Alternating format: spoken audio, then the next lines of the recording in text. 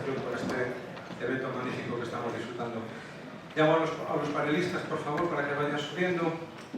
Si me queréis ir acompañando para ganar tiempo.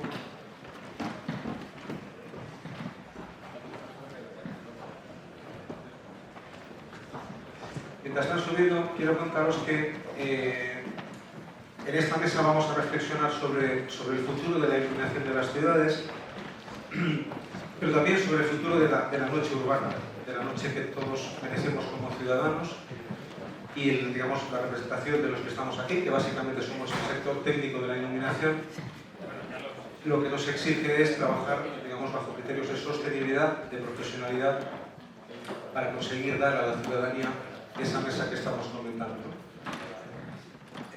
En esta mesa que os presento, que os voy a presentar a continuación, hay una característica común: somos muchos, pero es que teníamos que ser muchos, porque realmente a los panelistas que hemos seleccionado, pues realmente es un lujo tener a todas estas personas que os iré presentando, que ya muchos de ellos seguro que conocéis, pero que se caracterizan por tener, digamos, una visión estratégica sobre nuestra profesión, sobre las ciudades, sobre la ingeniería, sobre la arquitectura, sobre la iluminación, y yo creo que merece mucho la pena, sinceramente, escuchar todas esas ideas.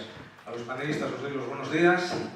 Os voy a pedir, voy a ser muy exigente con los tiempos, porque sabéis que tenemos poco tiempo, con lo cual os pediré comprensión. Vamos a intentar tener un diálogo lo más ágil posible.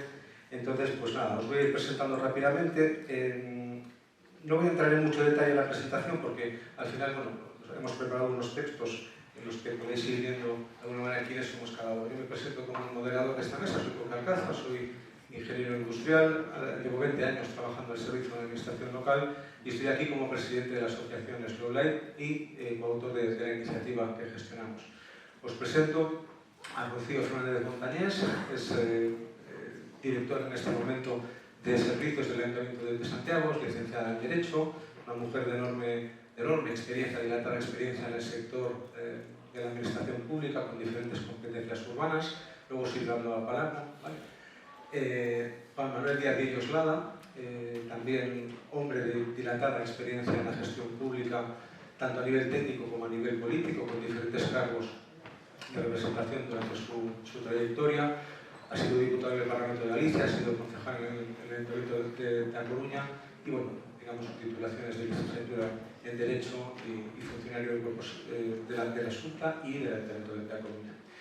Susana Malón, experta reconocida sectorialmente por su trabajo en el ámbito de la contaminación lumínica y la iluminación responsable, dilatadísima experiencia, ella es física de excelencia además, una mujer muy galardonada, con un montón de trabajo que yo creo que ya todo el mundo conoce. Ella es fundadora además del MEC Ambiental, que es una de las ingenierías especializadas sobre todo en temas de contaminación lumínica, medición, monitorización, calidad del cielo, etc. Sigo presentando a los panelistas, si funciona el pincho, que no sé si funciona. Sí. Manuel Salazar, técnico municipal del Ayuntamiento de Málaga, digamos ingeniero, licenciado en publicidad, hombre también de enorme experiencia, conferenciante habitual, con una visión digamos muy amplia también de la gestión municipal. Rafa Gil, CEO de Saguatco, compañía de ingeniería y consultoría especializada en gestión energética, un hombre de los que tienen en este momento a nivel nacional una visión más amplia de lo que es la ingeniería en materia energética y también, lógicamente, dentro de esta faceta en el alumbrado público. A ver si me pasa el pincho. Andrea Padré, que es ingeniera de diseño industrial e ingeniera de materiales. Viene aquí también representando al CICAT, al Clúster de Iluminación Catalán, también mujer, en este caso dentro de lo que significa una experiencia todavía breve, pero una mujer, digamos, con una visión del sector muy consolidada y muy amplia, y con un montón de cosas interesantes que contar. Alfred Sá, diseñador profesional de iluminación, hombre de enorme, dilatada experiencia, pues, bueno, digamos, con un portfolio de estos que da gusto ver con calma. Lleva muchos años trabajando en nuestro país, es una persona galardonada a nivel nacional y a nivel internacional, y bueno, también viene representando un poco a la PDI, a la Asociación de Diseñadores Profesionales de Iluminación. Pues con todos estos panelistas, a los que agradezco su atención, vamos a comenzar un diálogo Yo os pediría que vayáis entrando poco a poco en la conversación, ¿vale? Lo que me gustaría de alguna manera es reflexionar, o que empecemos reflexionando si queréis, y siendo la palabra libremente al que la quiera escoger, sobre, digamos, sobre los aspectos clave de la iluminación de las ciudades, ¿no? Podéis empezar cualquiera de vosotros. Tú, Juan, si te apetece, por ejemplo, pues estupendo. Bueno, pues ya que me invitas, Coque, a arrancar y bueno, vamos a intentar ser lo más ágiles posible, agradecer a Cobergar la puesta en marcha de este simposio. Y por dar una primera pincelada, yo creo que si repasamos los temas que habéis analizado durante estos 3 días, sobre todo los 4 bloques de materias, podemos ver cómo la iluminación pública y ya avanzo que también la iluminación privada tienen que jugar o juegan un papel fundamental en lo que es la nueva estrategia urbana hacia modelos urbanos más sostenibles. Yo creo que ha quedado muy claro que la iluminación tiene que formar parte de los diferentes planes de trabajo de las diferentes administraciones en la necesaria colaboración público-privada, y la tecnología además nos está permitiendo hacer avances importantes. Entonces mi primera reflexión sería que si hablamos de muchos aspectos, si hablamos de economía circular, si hablamos de salud ambiental, de sostenibilidad urbana, de nuevo modelo de desarrollo urbano sostenible, zonas de bajas emisiones, turismo sostenible, cadenas de alimentos, consumos de materiales, iluminación tiene que ser un elemento más de los que tengamos que tener en cuenta para trazar la estrategia de los nuevos modelos de desarrollo urbano que además está propugnando la Unión Europea. Muchas gracias, Juan. Interesante porque en ocasiones esto no ocurre así. En ocasiones a veces la iluminación es la hermana pequeña de los servicios municipales y se hacen estrategias muy interesantes en otras materias, pero el alumnado a veces queda olvidado, ¿no? No sé si nos quieres contar tú, Rocío, por ejemplo, con tu experiencia en el Concello de Santiago. Pues mira, sí, yo estoy de acuerdo con José Luis. La iluminación la considero una herramienta, pero también la considero, y lo hemos visto a lo largo de estas jornadas, un servicio público fundamental. Desde los ayuntamientos, que somos los que estamos más en las administraciones, más en contacto con el ciudadano, tenemos que tener en cuenta esa dimensión de servicio público, pero también la dimensión relacional. Es decir, hacer una especie de visión ecosistémica, integrándolo todo y poniendo el foco en el ciudadano, pues se ha comentado aquí precisamente, para captar la atención del ciudadano, para recoger los intereses del ciudadano y devolverle el servicio acorde a las necesidades. También se comentó que esas necesidades muchas veces creemos que son unas y en realidad son diferentes, y sobre todo sucede en el ámbito de la iluminación. Siempre se ha dicho que ya casi es como una frase hecha, ¿no? Lo que buscamos es no iluminar más, sino iluminar mejor, partiendo de la luz natural a la hora de definir lo que necesitamos iluminar. Esa es un poco la idea que yo he extraído de las sesiones y sobre todo de la sesión de esta mañana. Yo creo que ahí aparece lo que está comentando Rocío, una cosa muy interesante que tiene que ver con la percepción de la ciudadanía. Sabéis que la ciudadanía disfruta del alumbrado público, pero no es consciente de lo que el alumbrado público cuesta. ¿Por qué? Porque no lo paga directamente en sus impuestos. Lo paga de un modo implícito dentro de los impuestos municipales, pero no hay un impuesto que grave el alumbrado. Entonces, sí que es importante, creo, siempre que hacemos alguna actuación, tratar de concienciar y sensibilizar a la ciudadanía. Porque hoy la ciudadanía no es consciente de lo que significa tener una red de alumbrado en la que estamos haciendo ni la transformación que debemos hacer. Bueno, no sé si queréis apuntar alguna cosa así. Sí, muy buenas. Si miramos desde perspectiva hacia atrás, al final el alumbrado público ha sido una evolución, ¿no? Empezamos con el concepto de tasa de reposición, un mantenimiento puro y duro. Se modelizó un sistema en el que existían inversiones dentro del ahorro, porque la tecnología evolucionó, su curva de aprendizaje permitió abaratar sus costes y permitió el hecho de que la eficiencia energética se traccionara a partir del ahorro que generaban los proyectos, ¿no?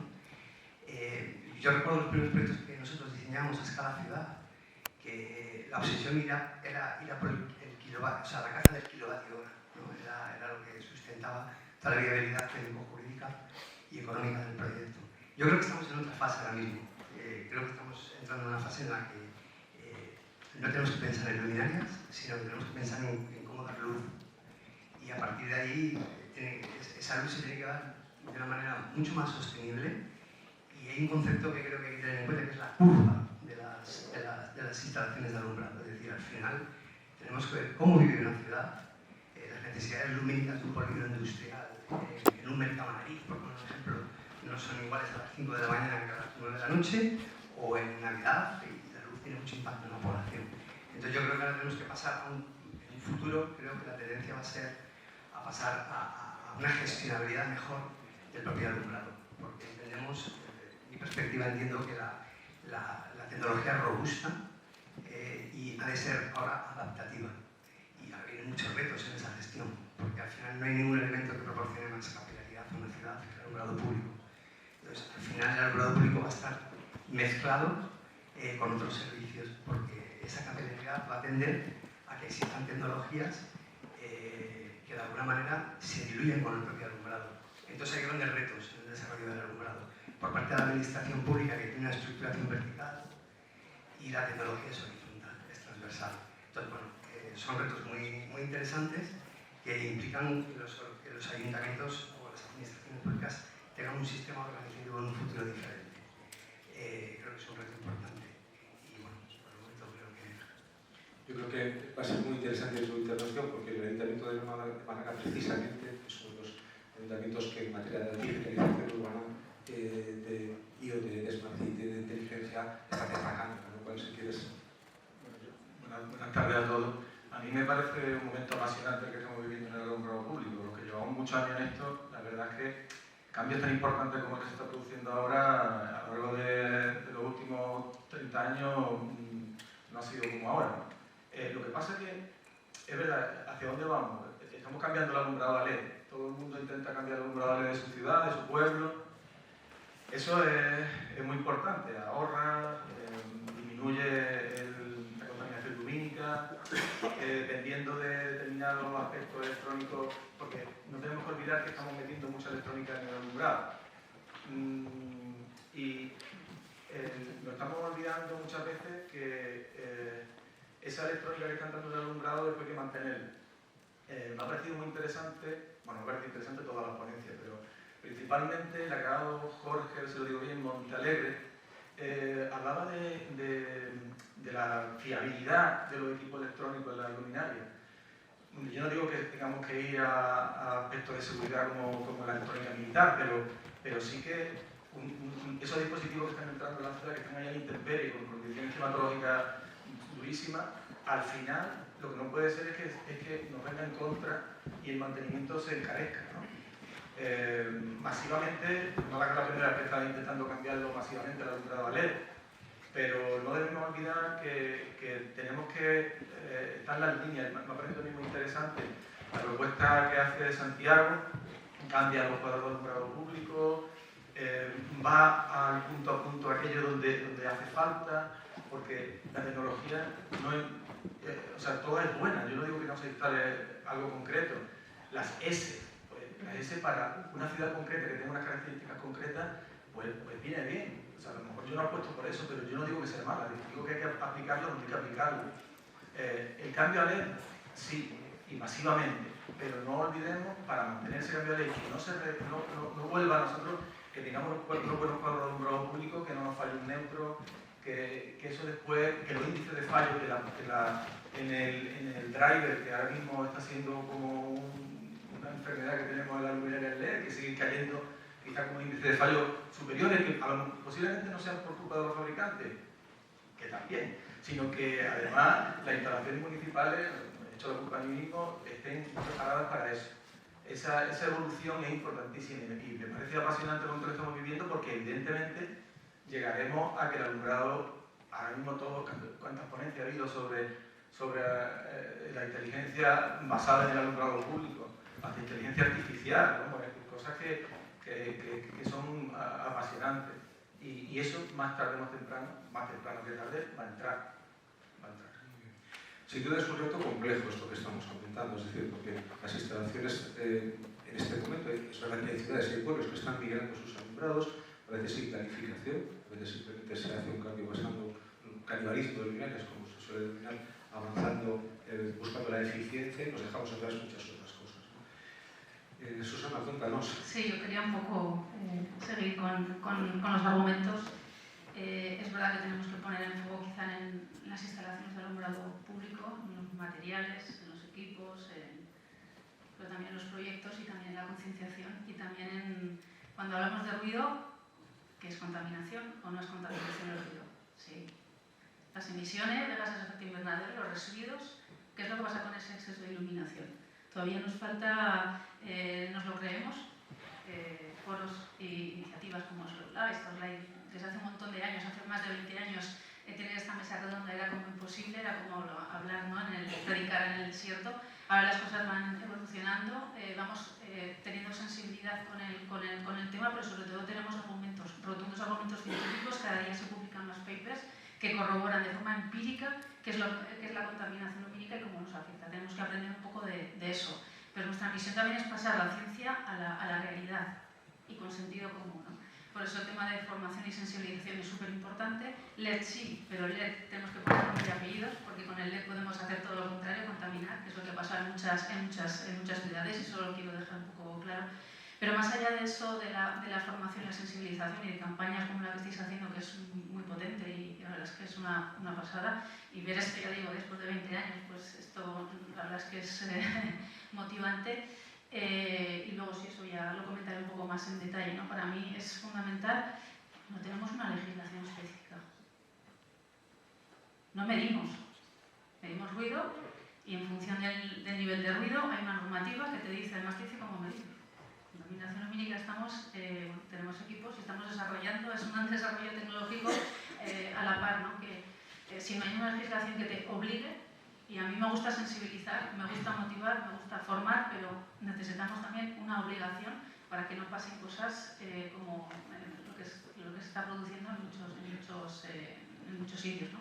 Luego, si quieres, entramos un poco más, porque me gusta hablar del tema de zonificación y todas estas cosas, ¿vale? Pero un poco el mensaje es ese, que nos lo tenemos que creer, que ya digo que hemos avanzado muchísimo, pero que el LED no es la panacea, pero hay que planificar, que es algo que no es yo cambio una lámpara de sodio por un LED, oye, de 2.200, de 4.000, de 5.000, depende un poquitín, ¿no? Pero no solamente es el cambio punto a punto o un proyecto, sino es un proyecto completo, porque no olvidemos que los fotones, esos que salen por las luminarias, se propagan decenas y centenas de kilómetros, y yo lo que haga aquí me puede contaminar muy lejos. Por eso necesitamos un proyecto global, un pensamiento global y una legislación global que nos diga una serie de cosas que luego me gustaría comentar.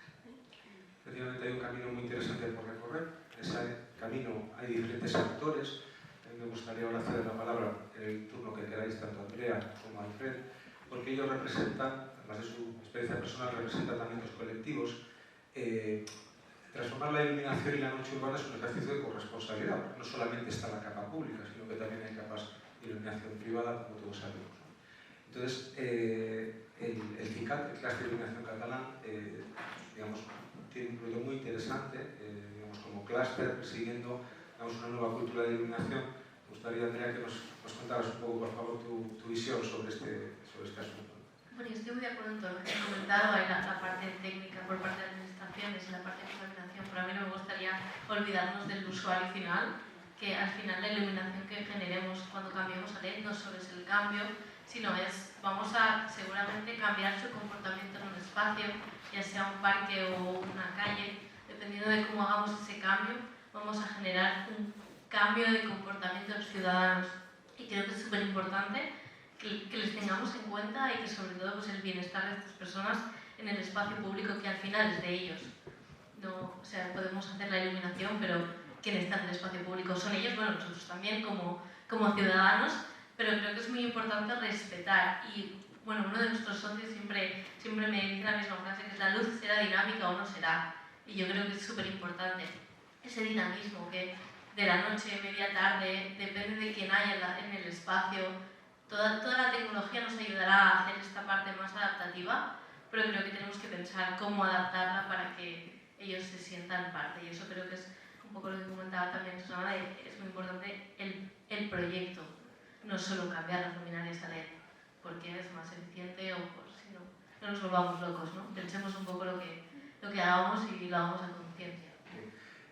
Permíteme que haga una observación a esto que está comentando Andrea, porque lo que tenemos aquí puesto es la ciudad que habitamos todos. Es decir, todos como ciudadanía estamos disfrutando de nuestro espacio nocturno y obviamente nuestro país es muy amplio, hay muchas casuísticas, pero sí que me parece realmente interesante bajar a la calle con el ciudadano por la noche y recorrer el espacio nocturno. Nosotros, en la ciudad de Santiago de Compostela, bueno, y en otras ciudades de España, pero hemos tenido alguna experiencia de organizar paseos nocturnos con la ciudadanía. Me gustaría que hicieras una breve, a lo mejor, observación sobre tu percepción también como usuaria de ese paseo. Yo creo que fue enormemente interesante para saber qué opina la ciudadanía sobre lo que estamos haciendo, sobre lo que existe en las ciudades y sobre lo que queremos implantar. Tenéis varios micrófonos, pues si queréis, sí. Pero estamos utilizando el mismo, no sé, por ahora. Bueno, pues sí, efectivamente. A mí la iniciativa Slow Life me cautivó desde el principio, cuando conocí a Coque.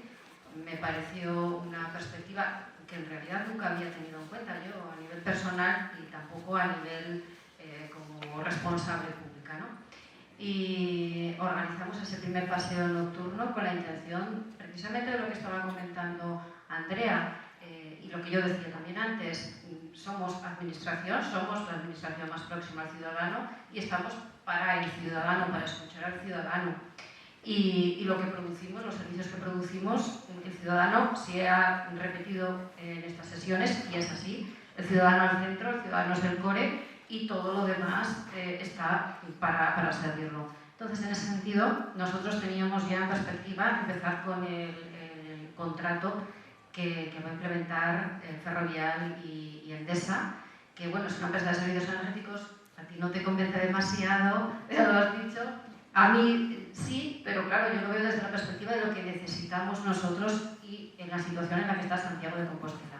Entonces, como teníamos pensado que a partir ya de este mes de octubre iba a haber un cambio, queríamos ver con la gente, con la ciudadanía, con los que se apuntara, que fueron muchas personas en realidad para hacer un primer paseo nocturno organizado así un poco de forma atropellada, que todos pudiéramos opinar sobre lo que vemos por la noche.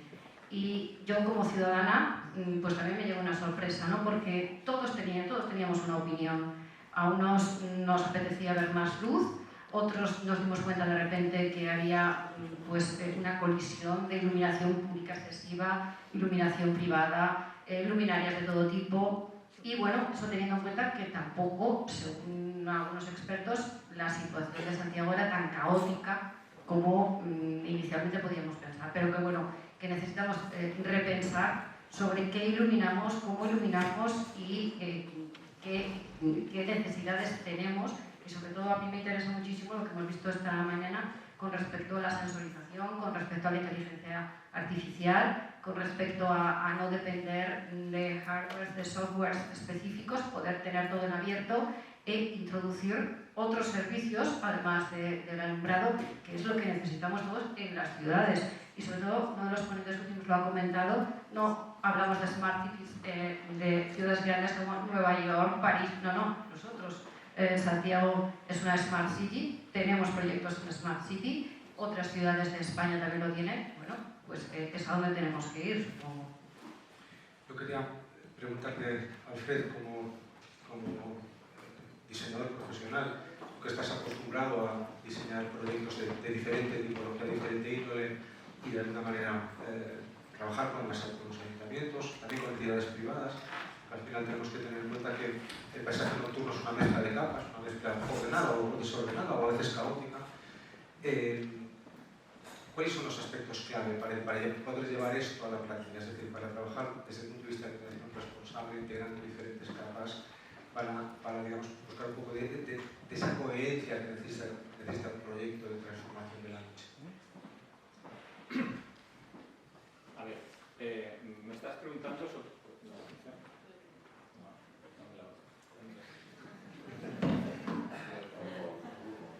Me estás preguntando sobre el trabajo del proyectista, las tendencias técnicas, tecnológicas. Yo no sé lo que dije, pero quería preguntarte sobre los aspectos clave que tú de alguna manera quieres compartir con nosotros. Sí, hoy estoy un poquito despistado por temas personales, entonces dígame la pregunta otra vez. Bueno, yo, como proyectista de iluminación, llevo 37 años en esto, muchas veces, muchos años, 20 años como fabricante y los últimos 17 por mi cuenta.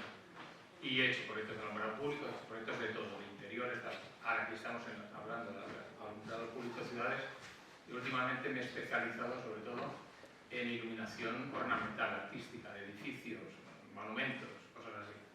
Me gusta más, me apasiona más, aunque también hago cosas de iluminación urbana y otras. Entonces aquí normalmente tú tienes una idea artística, pero entra pues, con los deseos del ayuntamiento, con las tecnologías que hay, con los tipos de control que hay. Hace unos años, las lámparas, con el dinero, que me están haciendo así, me dicen, haz iluminar esto y por tanto dinero, tantos miles. Oye, pero si no hay ni para empezar. Sí, pero hazlo, piénsalo. Pues, el dinero, la luminaria, la tecnología, el control, la instalación, cómo será, el mantenimiento posterior, quién lo verá, los ciudadanos o los turistas, o quien sea. No contaminar. Esto hace unos años no se tenía en cuenta. Yo cuando hace 35 años y medio hice el primer proyecto de iluminación, los focos eran los que eran. 400, 1000 vatios, 150, 150 y 70, no había más. Lámpara de sodio, mercurio. Tantos grados Kelvin y nada más. Entonces tú ponías el foco, aquello lanzaba luz al cielo, el edificio, claro, le impactaba la luz, pero el resto se iba al cielo, no se sabe dónde se iba el resto de luz y a cuántos deslumbraba. 30 y tantos años después, ahora yo soy como un cirujano un cirujano de... O sea, le pongo la lucecita ahí justa en el lugar exacto de la columna, que no se me vaya ni izquierda, derecha, ni al cielo, ni nada, ni deslumbre, ni gaste potencia. Antes poníamos focos de 1000, ahora pongo de 2, de 4 vatios, de 8, depende de lo que necesito para un proyecto. Entonces hay tantas cosas a tener en cuenta que mi profesión ha cambiado muchísimo. O sea, yo sigo iluminando y hasta el año 2008 con las luces que había, desde el 2008 con el LED y desde recientemente, los últimos años, ahora ya control, electrónica, Bluetooth, DMX, el DALI, el otro. O sea, en el iluminación ornamental, ahora estoy haciendo un proyecto, por ejemplo, que es el Teatro de Lloret, que es una cosa ya digital. O sea, será digital, habrá unos poquitos, sí, pero es digital, o sea, que ya será una pantalla. Ya no estás haciendo una iluminación como antes, aquello ya será una gran pantalla. Sin comprar una pantalla, no vamos a comprar esas pantallas que son una televisión, sino que el edificio tendrá al final será una especie de pantalla de baja resolución. Tiene que ver la gente, los turistas, les tiene que gustar, no tiene que deslumbrar, no tiene que molestar a los coches que se distraigan y acaben chocando, sino que tiene que ser una cosa suave. En fin, hay 1000 factores que consuman un poco. Y un poco sobre lo que me estamos comentando, y te voy a dar la palabra a Juan ahora, sí, te la voy a dar. Porque creo que tiene mucho que ver también con la planificación de las ciudades, ¿no? Lo comentaba Juan al principio, pero bueno, nosotros en nuestra ciudad tenemos experiencia en el esfuerzo de hacer un plan director de iluminación de una zona monumental, que creo que fue un trabajo precioso y de alguna manera intenta ordenar lo que estaba desordenado y tratar de aportar un valor diferente. No sé si quieres compartir alguna opinión desde la parte pública en este caso. Sí, precisamente quería, al hilo de lo que comentas o de lo que introduces, Coque, tomar dos temas que habían planteado ahora Susana y Andrea. Uno, contaminación, tema contaminación lumínica, y el otro tema también importante y correlaciona con lo que ahora comentabas, Coque, sobre si nos falta o no normativa, ¿no? en el sector, ¿no? Hablamos cada día más desde hace tiempo de la contaminación, de la calidad del aire. Estamos midiendo constantemente calidad del aire, estamos implantando, como decía, zonas de bajas emisiones, estamos caminando hacia las ciudades neutras en 2050, estamos también hablando ya desde hace tiempo de calidad del aire, del ruido, pero apenas se venía hablando de contaminación lumínica y en qué medida eso puede tener incidencias en la salud pública. Yo creo que esa parte, esa es la evidencia científica que puede haber sobre correlación de contaminación lumínica con algunas patologías, pues bueno, puede ser un elemento que a veces, desgraciadamente, nos sirve para incrementar campañas de sensibilización o de divulgación sobre una nueva problemática que hay que tener en cuenta. Por eso decía al principio que en la estrategia de ciudad debe estar contemplada necesariamente la iluminación. Iluminación que, como sabemos todos, primero es un debate, además, lo decía Rocío, en la ciudad hay que guardar muchos equilibrios a la hora de iluminar porque no dejan de ser percepciones, no es lo mismo también con lo que Susana comentaba, es que de alguna forma la iluminación tiene que ser alguna herramienta que de alguna manera se engarce a veces en lo que es el propio planeamiento urbanístico. Nosotros por eso, para lo que era establecer las directrices de iluminación de lo que llamamos el PEPRI, es decir, el Plan Especial de Reforma y Protección Interior de la Ciudad Vieja y Pescadería en la ciudad de Coruña, nos parecía importante hacer un diseño de un plan director, pero para incardinarlo precisamente en ese plan especial. Incardinarlo en ese plan especial y además de forma coordinada con los criterios que tiene que validar la Administración Autonómica, la Xunta de Galicia, en materia de patrimonio histórico. Entonces, desde esa perspectiva, creo que le damos, o se le puede dar un plus con una fuerza normativa desde la perspectiva del planeamiento urbanístico importante, y entre las determinaciones urbanísticas a la hora de planificar la ciudad, aparte de los parámetros tradicionales, podemos introducir lo que es la iluminación. Y la iluminación desde la perspectiva de lo que es la ciudad por la noche, el paisaje nocturno, porque si recuerdas bien, al plan director de PEPRI le llamamos de paisaje nocturno. Entonces ese es un valor nuevo que además de alguna manera va a contribuir a mejorar, y muchas ciudades ya lo vienen haciendo, lo que es la marca de la ciudad, ¿no? Entonces son dos aspectos, el de alguna forma incluir el parámetro de la iluminación como determinación urbanística, instrumento urbanístico o de planeamiento adecuado, y por otra parte la necesidad de hacer mucha divulgación y de tener en cuenta el fenómeno también de la contaminación lumínica, aspectos que nos pueden preocupar, nos pueden servir como palancas a los agentes públicos y privados para tratar de impulsar estos procesos, ¿no? Muy bien, nos quedan unos poquitos minutos, con necesidades de organización. Os pediría si queréis concretar o si queréis apuntar alguna idea clave o quizás alguna idea que resuma, para que digamos, nos podamos, después del simposio y de esta mesa, nos podamos quedar con algunas gotitas de oro, ¿no? Vamos a decirlo así. De alguna manera, si queréis apuntar alguna cosa, podemos hacerlo. Por ejemplo, si luego nos dan más tiempo en la organización, podemos hablar, o si quizás hacer alguna pregunta con el público, si lo deseáis también, si hubiese tiempo. Pero bueno, yo ahora os pediría la palabra, si queréis de izquierda a derecha o de derecha a izquierda, como queráis, y vamos a conceptuar. Sí, voy a intentar ser breve y terminar un poco el argumento de antes. Cuando hablamos de las necesidades de legislación, estamos hablando de una legislación un poco más global. O sea, tenemos líneas rojas de ruido y de límites, ¿no? De gases de los gases de efecto invernadero, pues no tenemos. De hecho, pues no medimos la contaminación lumínica. ¿A que no sabéis cuál es la unidad de medida de contaminación lumínica? En ruido es el decibelio y de contaminación lumínica, magnitudes por arco segundo al cuadrado.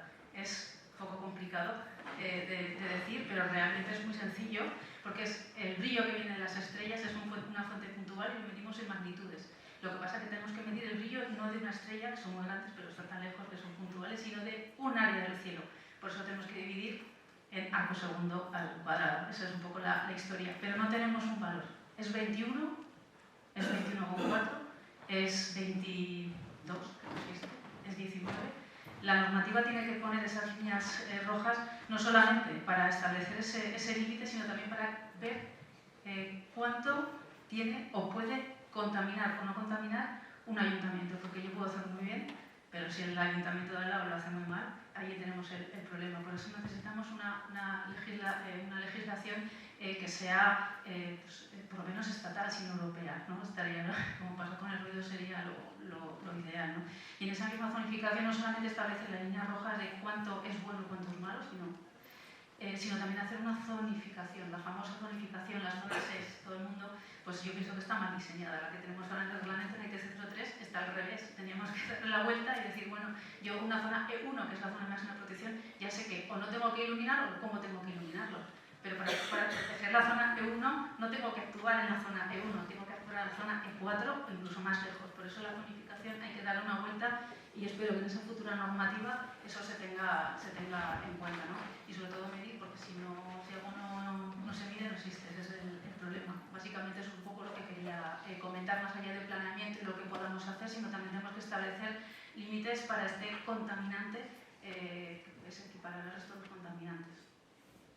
Es un tema de enorme trascendencia esto que está comentando Susana, porque lo que está en juego es la degradación de la noche. Es decir, hasta qué punto estamos dispuestos a tolerar que la noche en una ciudad como Santiago de Compostela se degrade. ¿Y cuánto? ¿Un poco más, un poco menos?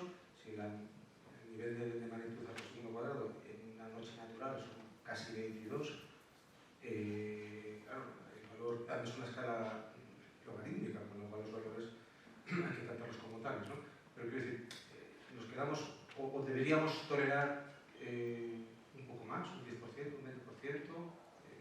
¿Quién le pone coto a esto? Si al final la iniciativa pública, la iniciativa privada no se coordinan y no hay una reglamentación y no somos todos de alguna manera un poco responsables con el uso de la luz, pues yo creo que difícilmente podremos evitar esa descontaminación. Seguimos, si quieres, con sí, yo quería comentar dos cosas. En cuanto a las tendencias que pueden aparecer o movimientos que pueden aparecer para intentar mejorar esta iluminación nocturna, el paisaje urbano, etc. Por ejemplo, hay la Asociación Internacional de Diseñadores de Iluminación, la IALD, que ya lleva muchos años, que tienen pues, unas normativas, una manera de trabajar, una manera de medir, una manera de proyectar, todo lo contrario que se hacía hace unos años, que decían que no que se ponían los proyectores grandes, sino hacerlo de manera quirúrgica, o sea, ser muy escrupuloso donde metes la luz.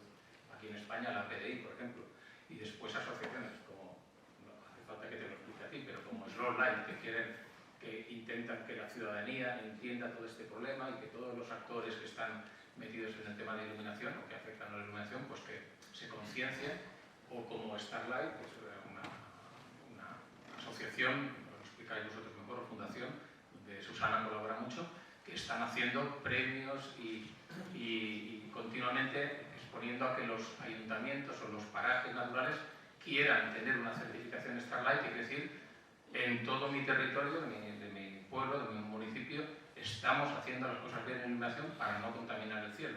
Es decir, que hay toda una serie de iniciativas ahí. Y después, en cuanto a los actores que intervienen, pues lo que he dicho, ¿no? Prescriptores, que pueden ser diseñadores de iluminación, o ingenieros, arquitectos, etc.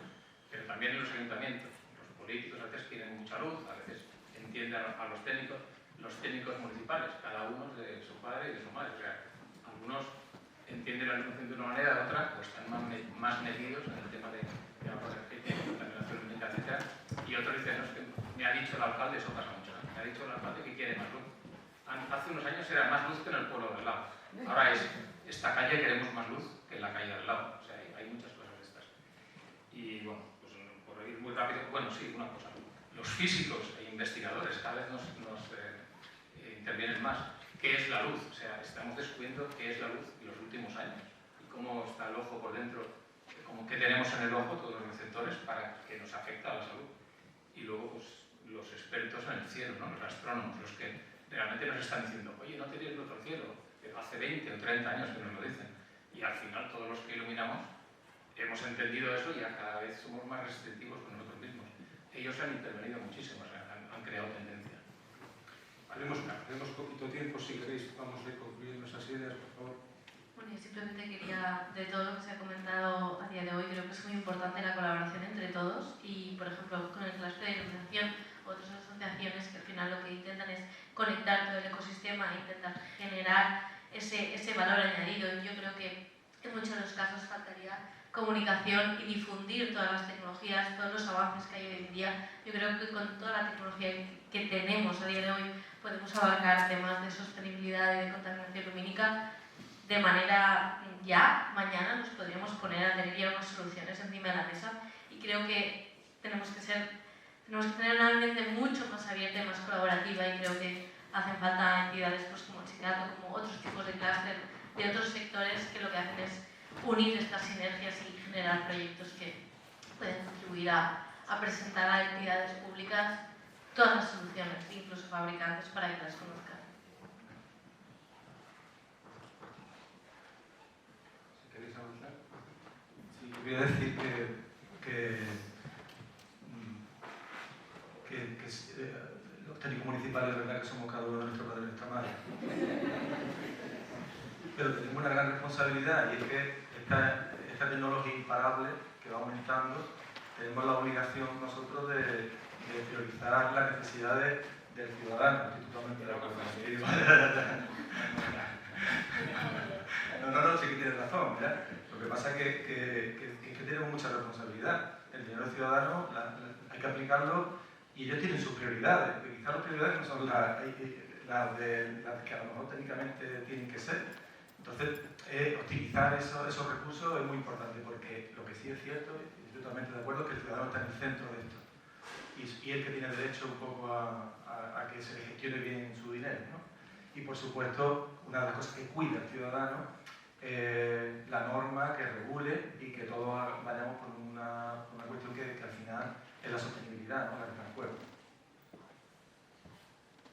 Bueno, yo, por concluir, creo que el alumbrado público está dentro de un ámbito, pero al final estamos en pleno cambio disruptivo. A nivel de civilización somos una sociedad energívora y tenemos que bajar los consumos. Obviamente existe la tecnología, existe todo, pero sí que es verdad que no se a veces hacer un plan director de alumbrado te tienes que ir a preguntas base, porque la tecnología se tiende a poner tecnología, ¿no? Y muchas veces incluso hay un desacompasamiento entre la robustez de una determinada tecnologías y el poner otras tecnologías que nos van a dar datos que luego no le sacamos el valor útil, ni le damos esa importancia al valor del dato, ¿no?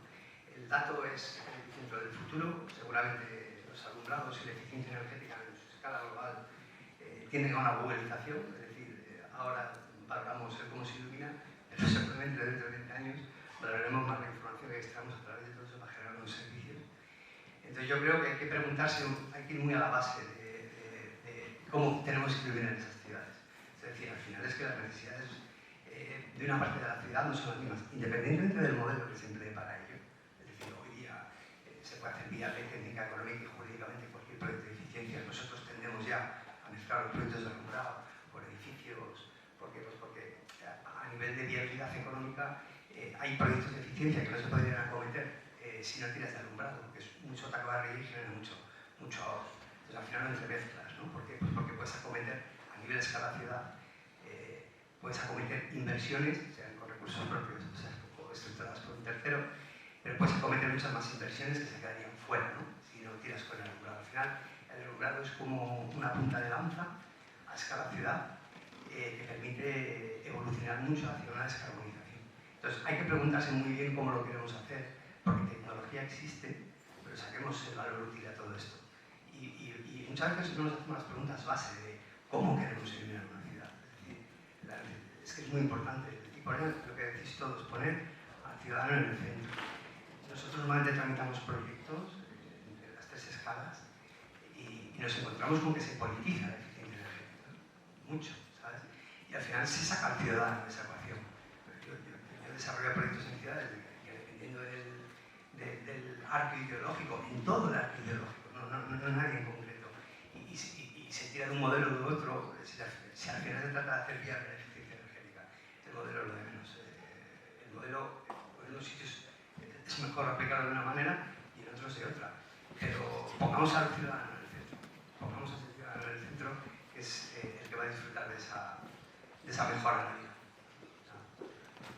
Muy bien, pues muchas gracias a todos por vuestra participación, por vuestra asistencia. Doy por clausurada esta mesa.